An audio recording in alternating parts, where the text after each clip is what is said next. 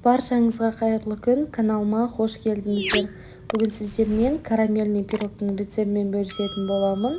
Видеоны соңына дейін көріңіздер.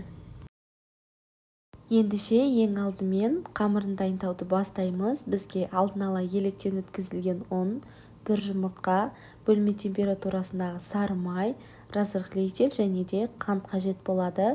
Барлығын араластырып, песочный тесто дайындаймыз. Құрамы толықтай араласуы керек, сондықтан да қолымызбен жақсылап илейміз. Бізде қолға жабыспайтын жұмсақ қамыр пайда болады.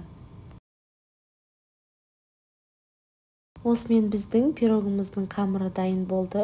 Осылай жұмсақ болып шықты. Енді пакетімізге салып, холодильникке 20 минутқа қалдырамыз. Енді начинкасын дайындаймыз. Таза құрғақ ыдысымызға вареный сгущенкамызды саламыз. Вареный сгущенка бізде міндетті түрде сапалы болуы қажет, сонда начинкамыз ағып кетпейтін болады.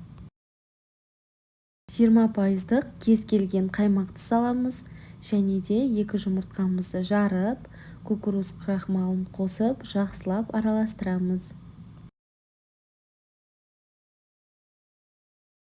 Қалауыңызша ванилин қоссаңыздар болады, мен қоспадым. Начинкамыз толықтай біркелкі араласқанша араластырамыз. Осымен біздің начинкамыз дайын. Енді тоңазытқыштан қамырымызды алып, кез келген өзіңізге ұнайтын формаға орналастырамыз.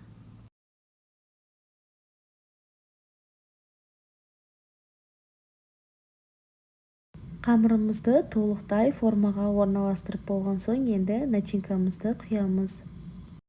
Начинкамыздың бетін лопатамен тегістеп, кішкене қозғап жібереміз, және де қызып тұрған пеште 180 градуста 35-40 минут пісіріп аламыз. Осымен біздің пирогымыз дәл осылай пісіп шықты.